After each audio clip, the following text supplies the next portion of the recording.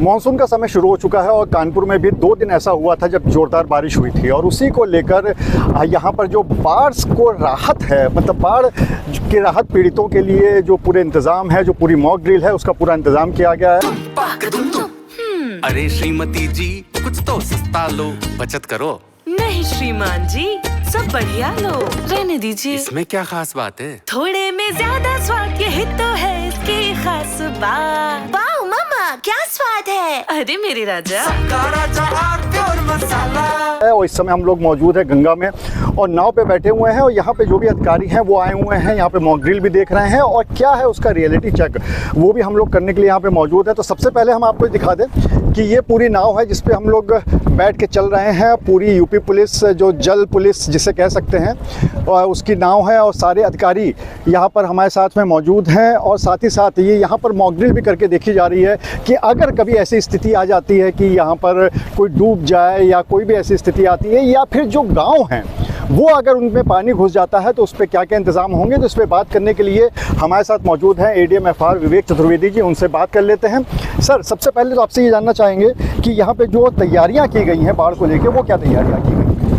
बाढ़ को लेकर के जो हमेशा से तैयारी होती है कि स्टैंडर्ड ऑपरेटिंग प्रोसीजर होता है उसका, सभी जो भी बाढ़ के जो प्रोन इलाके हैं उसका एक व्यापक स्टडी हो जाती है इरिगेशन डिपार्टमेंट की तरफ से, और सभी लाइन डिपार्टमेंट जिसमें गोताखोर विभाग है, सप्लाई डिपार्टमेंट है, इरिगेशन है, PAC है, पुलिस है और लोकल SDMs है जो इंसिडेंट कमांडर्स होते हैं, उन सब के बीच में एक अच्छा कोऑर्डिनेशन और कम्युनिकेशन इस्टेब्लिश हो सके, उसके लिए हम लोगों ने एक बाकायदा जो शासन से निर्देश प्राप्त हुए थे उसकी एक स्टीयरिंग कमेटी की बैठक की है। सारी चीज़ें फाइनलाइज हो चुकी हैं।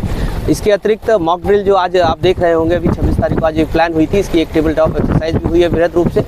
और इस कानपुर जनपद में हम लोगों ने 3 जगह एक मॉक ड्रिल का अभ्यास किया है। इसमें ये सरसैया घाट में आप देख रहे हैं एक ड्राउनिंग का केस है, जिसमें अगर कोई व्यक्ति अगर डूब रहा हो तो हम लोग तत्काल उसको कैसे उसको रेस्क्यू करेंगे और तत्काल उसका क्या SOP है, उसको फर्स्ट एड देकर उसको कंसर्न हॉस्पिटल में पहुँचाएंगे। तो उसके लिए सभी लाइन डिपार्टमेंट्स यहाँ मौजूद हैं। सभी हमारे civil defence, NDRF, SDRF, PAC सभी का अच्छा कोऑर्डिनेशन और कम्युनिकेशन है। उनके साथ हम लोग एक रियल टाइम सिचुएशन क्रिएट करके उसको हैंडल करने का प्रयास करते हैं। सर, अगर हम बात करें तो यहाँ पे कई बार देखने में आता है जैसे गांव वगैरह होते हैं वहाँ पे पानी घुस जाता है जब बाढ़ का आता है तो, और कई बार गांव वाले जो होते हैं वो अपना घर भी नहीं छोड़ना चाहते क्योंकि उनकी पूरी गृहस्थी होती है, लेकिन उनको खाने पीने का भी अभाव हो जाता है। तो उसको लेकर सर क्या तैयारियाँ की गई हैं? उसको लेकर के भी समुचित प्रबंध किए गए हैं। खाने का हम लोगों ने टेंडर वगैरह सब फाइनल कर लिया है। जो भी इस तरह की सिचुएशन कभी होती है तो उसको हम लोग रेस्क्यू करते हैं, लोगों को समझा बुझा के बाढ़ शरणालय स्थल जो बनते हैं वहाँ ले जाते हैं। यदि किन्हीं कारणवश अगर पब्लिक नहीं जाती है या अपने ऊपर के मकानों में रिसाइड करते हैं कुछ देर के लिए, तो उनके लिए भी खाने पीने की समुचित व्यवस्था नाव से उनको पहुँचा दी जाती है। हमारे साथ यहाँ पर ADCP महेश कुमार जी और ACP आशुतोष भी हैं साथ में, उनसे भी बात कर लेते हैं। सर, पुलिस की तरफ से अगर बात की जाए तो किस तरह की तैयारियाँ हैं? पब्लिक बड़ी क्राउड होता है उसको मैनेज होता है, जो भी हमारे फैन लोग होते हैं या जो भी तो निकालने के लिए एक सेफ पैसेज बनाया जाता है। साथ ही साथ हॉस्पिटल तक ट्रैफिक पुलिस का भी रोल बढ़ जाता है और ट्रैफिक को स्मूथ रखे ताकि तत्काल मेडिकल सुविधा दिलाई जा सके। तो पुलिस का और ट्रैफिक पुलिस दोनों के बड़ा महत्वपूर्ण रोल है।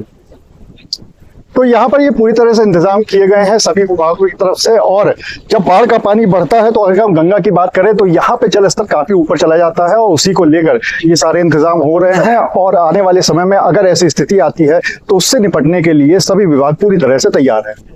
अनुराग अग्रवाल, TV9 कानपुर। अरे श्रीमती जी, कुछ तो सस्ता लो, बचत करो। नहीं श्रीमान जी, सब बढ़िया लो, रहने दीजिए। इसमें क्या खास बात है? थोड़े में ज्यादा स्वाद, यही तो है इसकी खास बात। वाओ मामा, क्या स्वाद है। अरे मेरे राजा,